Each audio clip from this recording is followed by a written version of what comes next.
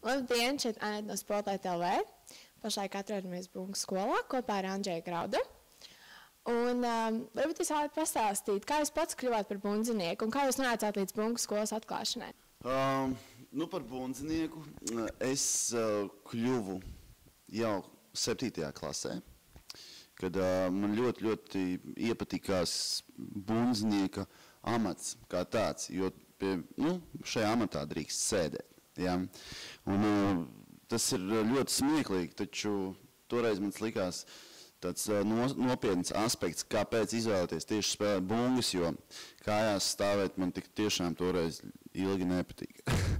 Un tad es vienkārši ar šo ideju vērsos pie savas skolas ansambļa vadītāja un pateicu, ka es esmu bundznieks un vai viņi nemeklē tādu.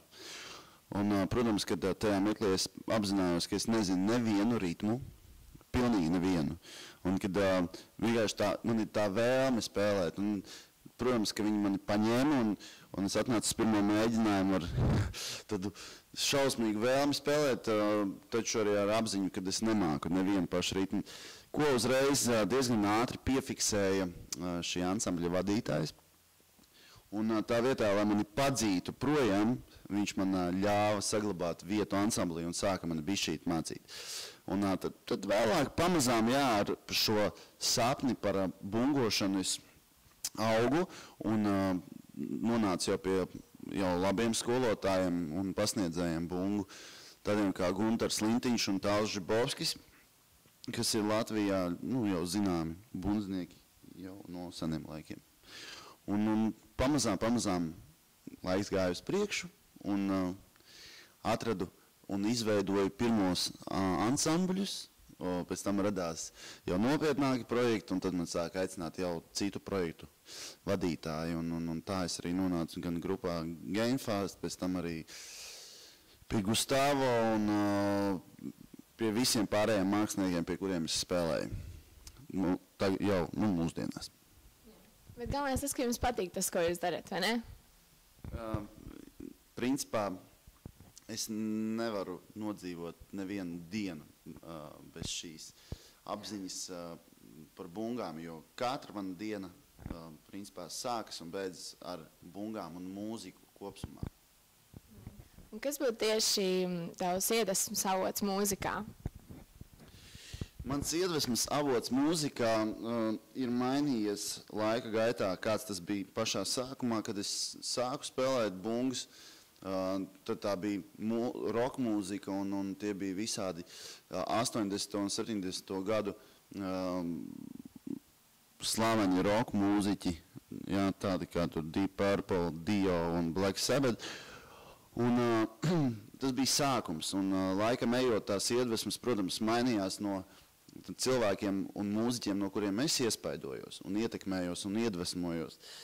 Līdz tam jau, kad šodien man iedvesmo jau vairākas lietas, sākot kaut vai ar maniem audzēkņiem, kas šeit bungu skolā ir daudz, bet no katru personīgi esmu pazīstams un ar katru personīgi arī padarbojos un aprūpēju. Un, šie audzēkņi ir tie, kas mani iedvesmo šobrīd. Tāpat, protams, mūzikām, lai es kaut ko varētu darīt mūzikā, kaut vai, lai es radītu kādu jaunu ritmu vai kādu jaunu melodiju, man iedvesmo arī ārēji apstākļi, dažādi veidi. Tā ir privātā dzīve, tās ir tie laikapstākļi, tas var būt jebkās, principā. Tā kā iedvesmas avoti šodien jau ir ļoti, ļoti daudz. Nav tā, ka tie ir tikai mūziķi kaut kādi, kas ir pasaulē šobrīd ļoti slaveni, lieli un mega profesionāli. Jā, tas var būt jebkas. Varbūt jums ir kāds audzēknis, kas jau tagad spēlē grupā vai piedalījās kādos konkursos, ko jūs vēlaties īpaši paslavēt? Es domāju, ka nebūs taktiski no manas puses kādu konkrēti izcelt, jo audzēkņi daudz un katrs no viņiem darbojās ar pilnu atdevi un cenšas panākt visādus panākumus. Taču, protams, kad ir audzēkņi, kas šobrīd jau spēlē grupās, un tādi ir ļoti, ļoti daudz. Tie grupu nosaukumi arī ir, sākot jau ar, teiksim, grupām, kas ir, teiksim, jaunas grupas, jaunās grupas, jā, jau beidzot ar bundzniekiem, kas spēlē gan kaut kādos šoviņos un jau spēlē jau zināmākos vārdos. Un kā viens no piemēriem ir viens no audzēkņiem, kurš piedzīvoja nelielu veiksmes stāstu, pavisam nesen piedaloties kādas ārzemju populāras grupas, kristīgās grupas atlasē, kur meklēja bundznieku. Un šim puisim 17 gadi ir tikai, un brīnumainā kārtā viņš šo konkursu izturēja, neskatoties to, ka viņš, ne jau tāpēc, ka viņš spēlē varbūt slikti, viņš spēlē ļoti labi, taču sakarā to, ka viņš ir no Latvijas, un grupa, kura meklēja bundznieku, atradās Skotijā. Un ļoti es biju pārsteigts, kad vienu dienu šis bundznieks ieradās pie manīm ar šīs grupas solistu, kurš bija atbraucis šeit uz Latviju, lai saskaņot visas lietas ar audzēkņa vecākiem par to, kur viņš dzīvos, cik viņš pelnīs un kur viņi brauks un visas pārējās lietas. Un šis audzēknis aizbrauc arī uz Skotiju un jau ir devies tūrēs pa Amerikas Savienotajām valstīm un pa Japānām un pa visurien, pa visām zemeslodes valstīm. Un tas, kā viņam šis piedzīvojums beigsies, to neviens vēl nezina. Tikai 17 gadi, bet mēs šeit bungu skolā turam pa viņu īkšķus. Un kas vispār nāk vairāk spēlēt bungas, puiši vai meitenes? Principā ir tā, ka agrāk bija tā, ka dīvainā kārtā nāca bungas spēlēt vairāk puiši. Tad bija viens posms, kad bija palikušas tā kā vairāk meitenes, bet tas patiešām bija maziņš posmiņš. Un tad mēs piedzīvojām balansu, ja? Kas šobrīd ir tāds, ka ir pusi uz pusi principā. Ja? Principā ir gan puiši, gan meitenes vienādā skaitā. Un apmēram cik ilgā laikā var iemācīties spēlēt bungas, sākot no nulles? Piemēram, ja es nāku mācīties, cik ilgā laikā es varētu apgūt? Bungas apgūt